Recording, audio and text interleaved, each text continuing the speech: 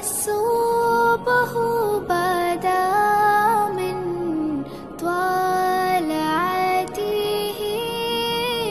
والليل হুজুর আমলের হাদিস যদি দুর্বল হয় তারপরেও যে গ্রহণযোগ্য এরকম কি কোনো উসুল আছে? অবশ্যই আমলে হাদিস যদি দুর্বল হয়, ইন্নাল হাদিস আদ-দাঈফ ইউমালু ফিল ফাদাইল, সমস্ত উলামায়ে কেরাম এই মতটি দিয়েছেন যে দঈফ হাদিস ইউমালু ফিল ফাদাইল, ফজিলতের ক্ষেত্রে এটি গ্রহণযোগ্য। তবে এটা আসাধ্য দরজার দঈফ যেন না হয়, দঈফ জিদ্দান যেন না হয়, বিষয়টি খেয়াল করতে হবে।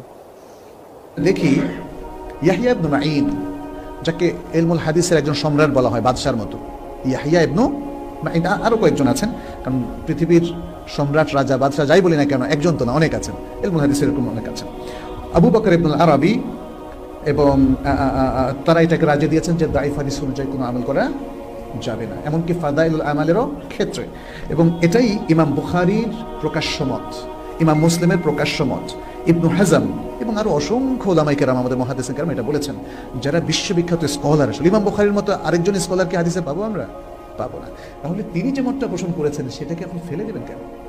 আসুন আমরা একটা কিতাব দেখি, সহিহ বুখারী। শুরুতেই দেখুন, প্রথমেই লেখা আছে বিসমিল্লাহির রহমানির রহিম।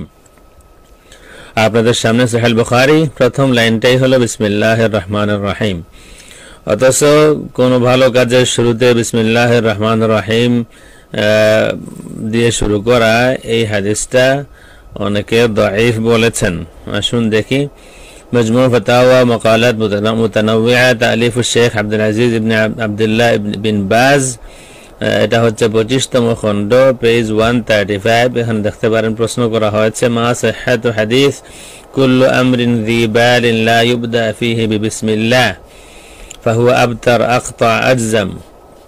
এই প্রশ্নের জবাব দিয়েছেন শেখ বিন বাজ, جاء هذا الحديث من طريقين أو أكثر عند ابن حبان وغيره وقد ضعفه بعض أهل العلم। তিনি বলছেন এই হাদিসটাকে দাঈফ বলেছেন কিছু আহলুল ইলম, ওয়াল আকরাবু আন্নাহু মিন বাবিল হাসান লিগাইরিহি, আর আকরাব হচ্ছে যে এই হাদিসটা দাঈফ না হয়ে হাসান লিগাইরিহি হবে। তার মানে হলো যে হাদিসের সনদের মধ্যে কিছু দুর্বলতা আছে। এই হাদিসের সনদের মধ্যে দুর্বলতা থাকা সত্ত্বেও বুখারী শরীফের শুরুতেই আছে বিসমিল্লাহির রহমানির রহিম।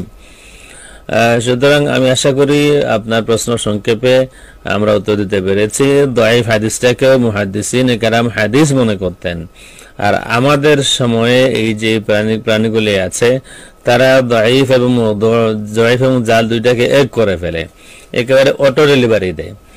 আগের মুহাদ্দিসিন কেরাম যারা ছিলেন তাদের মধ্যে আমানতদারি ছিল, তারা অটো ডেলিভারি দিতেন না। তাদের মধ্যে আমানতদারি ছিল, আল্লাহর ভয় ছিল, আল্লাহ রাসূল সাল্লাল্লাহু আলাইহি ওয়াসাল্লামের কোনো হাদিসকে দাঈফ বা জাল বলার ক্ষেত্রে তাদের কিছু উসুল ছিল।